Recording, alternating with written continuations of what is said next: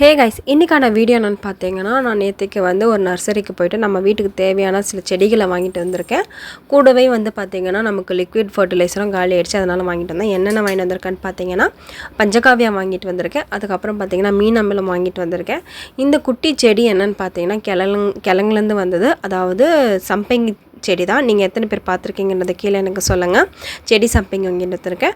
அதுக்கப்புறம் பார்த்தீங்கன்னா கனகாமரம். இது ஆரஞ்சு கலர் அப்படின்னு சொன்னாங்க. பக்கத்துலேயே பார்த்தீங்கன்னா வெத்தலை செடி. இது நம்ம ஆல்ரெடி வச்சுருந்த வெத்தலை செடி பார்த்தீங்கன்னா இறந்துச்சு. அதனால் ஒரு வெத்தலை கொடியும் வாங்கிட்டு வந்திருக்கேன். 7 days ரோஸ் ஆல்ரெடி நான் உங்களுக்கு சொல்லியிருப்பேன்.